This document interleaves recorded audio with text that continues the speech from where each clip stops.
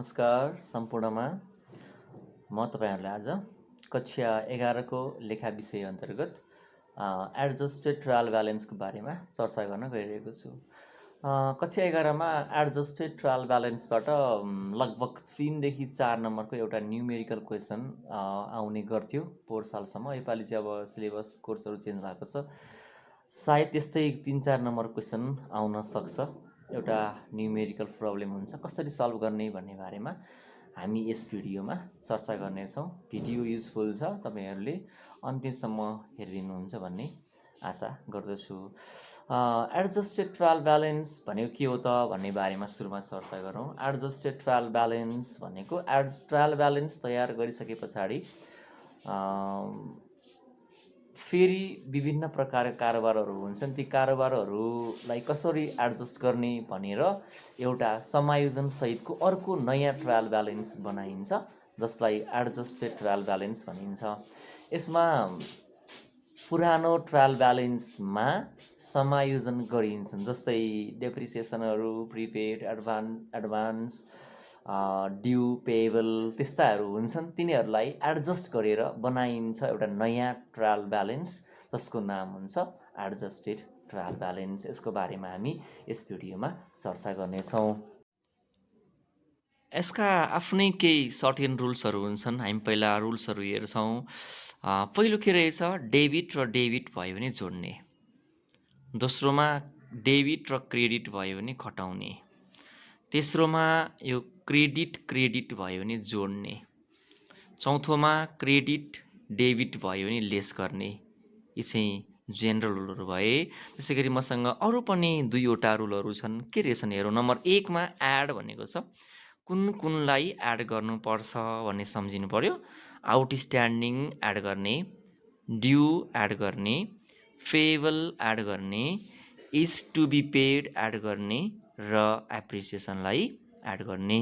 त्यसै गरी कुनलाई लेस गर्ने भन्ने छ, डेप्रिसिएसनलाई लेस गर्ने, ब्याड डेब्ट्सलाई लेस गर्ने, प्रोभिजन फर ब्याड डेब्ट्सलाई लेस गर्ने, प्रिपेडलाई लेस गर्ने र एडभान्सलाई लेस गर्ने कुराहरू हामी हेर्छौँ।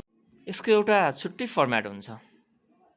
यस्तो 7वटा कोलम भएको फर्मेट बनाउँछौँ। पहिलो कोलम पर्टिकुलर्स, दोस्रो ट्रायल ब्यालेन्स, यो भित्र डेबिट र क्रेडिट, एडजस्टमेन्ट डेबिट र क्रेडिट, अनि एडजस्टेड टिभी भनेको ट्रायल ब्यालेन्स, डेबिट र क्रेडिट। यसरी हामी यो फर्मेटमा चाहिँ रहेर हिसाब गर्छौँ। अन्तिममा टोटल र डबल लाइन हुन्छ।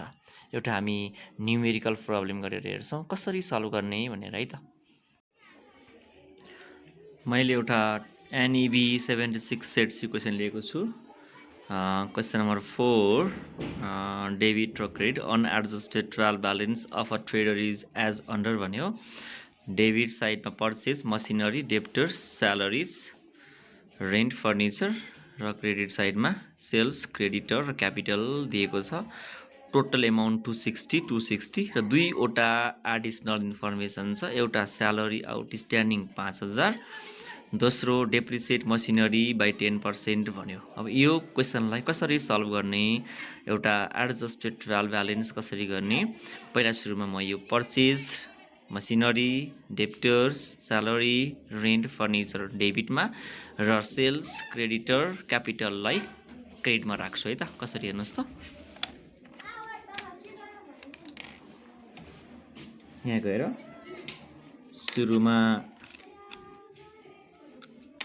पर्चेज राख्नुहोस्,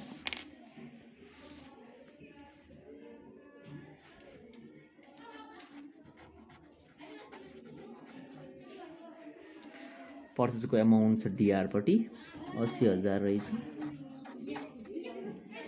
अनि मसिनरीको अमाउन्ट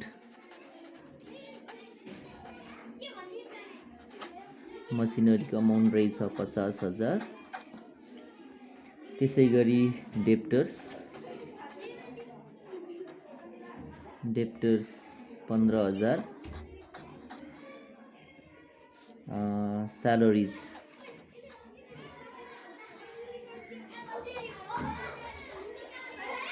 30,000, रेन्ट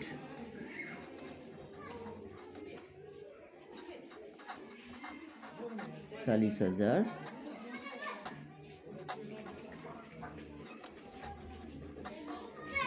फर्निचर 45,000 अब आयो सबै क्रेडिट साइडपट्टि सेल्स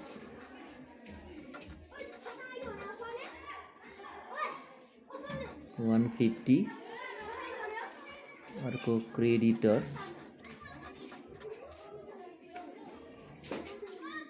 40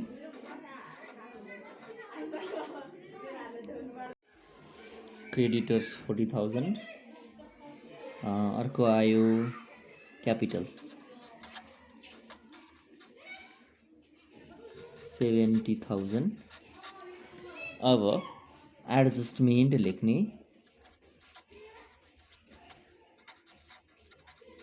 अन्डरलाइन गर्ने अब हेर्नु पर्यो म क्वेसनपट्टि लगेँ ए नम्बरको एडिसनल इन्फर्मेसन के छ स्यालेरी आउटस्ट्यान्डिङ 5,000 भन्यो नम्बर आई र आईमा स्यालेरी आउटस्ट्यान्डिङ 5,000 यता हो एडजस्टमेन्ट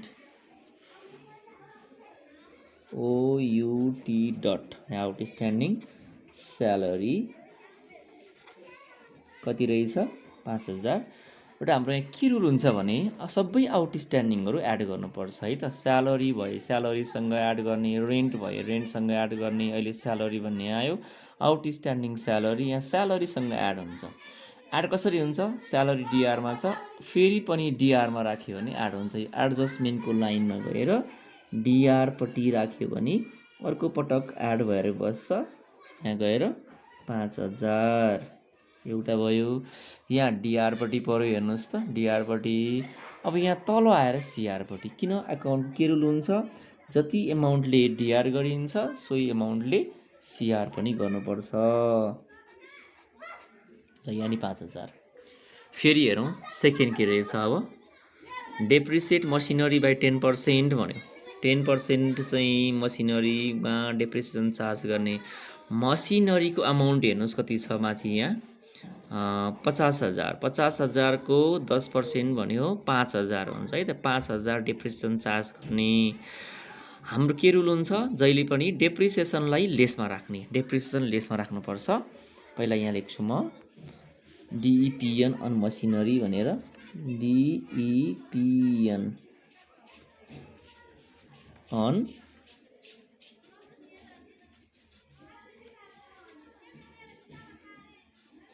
मसिनरी भनेर लेखेँ मैले है अब मसिनरीको डेप्रिसिएसन रहेछ जहिले पनि लेस गर्ने हेर्नुहोस् त मेसिनरी कहाँ छ डिआरपट्टि छ लेस कसरी हुन्छ एडजस्टमेन्टको सिआरमा गएर 5,000 लेखिदिनुहोस् अर्को पटक लेस हुन्छ यहाँ 5,000 भयो यहाँ सिआरपट्टि 5,000 तल आएर चाहिँ डिआरपट्टि 5,000 हो यहाँ यो लाइनमा आएर डेप्रिसिएसनको लाइनमा आएर 5,000 लेख्नुहोस्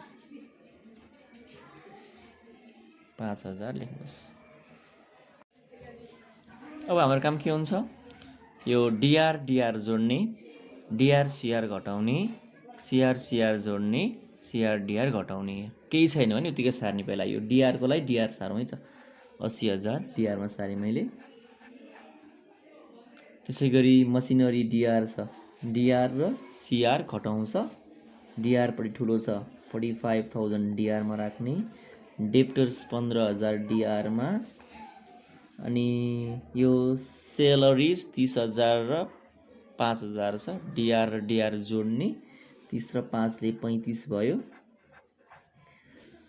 रेन्ट डिआरमा 40,000 फर्निचर 45,000 सेल सिआरमा गएर हेर्नु यो सिआरपट्टि हो सिआरमा गएर 1.5 लाख 40,000 70,000 र यो एडिसनलको पनि सार्नुपर्छ यो 5,000 डिआरमा 5,000 सरी सिआरमा यो 5,000 डिआरमा अब सबै जोड्ने यहाँ सुरुमा 260 यहाँ 260 यहाँ पनि 260 छ, 5 5 10, यहाँ पनि 10 छ, यहाँ कति हुन्छ हेर्नु पर्यो। अब यहाँ चाहिँ यसलाई पनि जोडेर हेर्ने, यहाँ पनि 265, यहाँ पनि 265 आउँछ। यसको अर्थ ब्यालेन्स आयो, हिसाब सकियो भन्ने बुझ्नु पर्यो। यसरी हामीले चाहिँ एउटा एडजस्टेड ट्रायल ब्यालेन्स बनाएर हेऱ्यौँ है त। ल हेर्नुहोस् त, सुरुमा 260 260 अनि 10 10 265 260, यसरी चाहिँ तपाईँलाई बोर्ड इक्जाममा यसको चाहिँ लगभग 3 देखि 4 नम्बरको एउटा न्युमेरिकल क्वेसन आउँछ। यस्तै क्वेसन आउने हो, यो पनि एउटा हामीले इक्जाम क्वेसन लिएकै हो। ल यो भिडियोमा यति नै, आशा छ तपाईँलाई भिडियो मन पर्यो होला। भिडियोमा सेयर र लाइक गर्न नबिर्सिनु होला। तपाईँहरूको लागि अझै यस्तै भिडियोहरू लिएर आउनेछु। धन्यवाद।